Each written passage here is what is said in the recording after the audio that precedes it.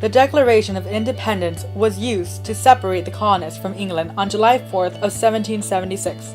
Now, 239 years later, we will use the same declaration to separate ourselves from the negativity of those around us. We will use this document to justify the reasoning behind a chosen lifestyle. The Declaration of Independence, which was signed by our founding fathers, clearly states that all Americans have the right to life, liberty, and the pursuit of happiness. I, for once, cannot imagine a happier moment than when you're with the one you love.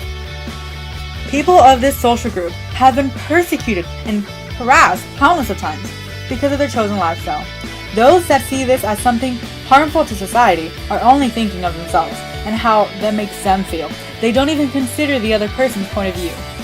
Those that see homosexuality as something immoral and against nature need to rethink their stance, because there is scientific evidence of homosexuality in wildlife.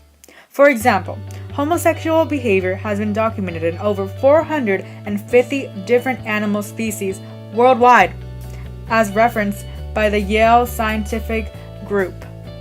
There are many celebrities that have taken a stand in support of the LGBT community and have some very inspiring words to share. My favorite artist at the moment is Hoyser and his single Take Me to Church, because it's a song with a lot of meaning that should be taken to heart. Now we're going to watch an interview of him talking about his single Take Me to Church and what he was thinking while he was writing that song and what inspired him to write these songs.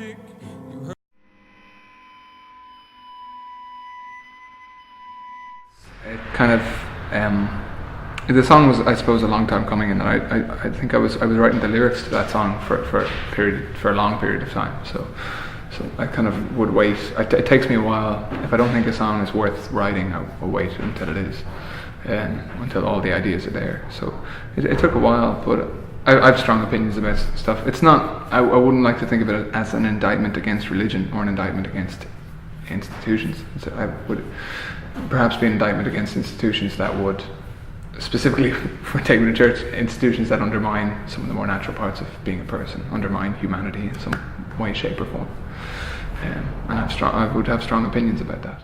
My lover's got humor. She's the giggle at a funeral. Knows everybody's disapproval. I should have worshipped her sooner. Certainly, I mean, the church has quite a legacy. It has quite a history on its hands. So, and even this year, you know, things keep coming up in the news. Things are still being found out about, you know, atrocities, human atrocities. So, yeah, I mean, there's a lot of, I have strong opinions about that. I think a lot of people do. It hasn't been a good year for the church. Hasn't been a good few hundred years for the church. So the video references this. It was in tandem with this kind of political campaign, which successfully removed the rights of LGBT people to even advocate for their own rights. So free speech, essentially, in public, you couldn't advocate or rally or discuss the rights of LGBT people. Now you can't legally. You can't in Russia in public places. It was a very successful campaign, which kind of smeared it and put it in line with things like bestiality and paedophilia, brandished them as non-traditional sexual orientations. So that was a political campaign, and with that there came a rise in attacks of ultra right-wing gangs. So I'm sure it's still going on. It would lure young, vulnerable members of the LGBT community into places and ambush them and torture them and attack them and film them and put that online on social media. So that's what the video references. And I think when we were discussing the video, I didn't want it to specifically be about the church. And I'm well aware that the church doesn't have the same influence that it may have done 50 years ago. It still does have an influence. It still does have a legacy. It still does absolutely. There's quite a hangover there still, but I didn't want the video to be about the church specifically. But there was an example somewhere else in the world of another organization that was undermining some part of humanity, or just undermining some very natural part of what it is to be a person. Amen. Amen.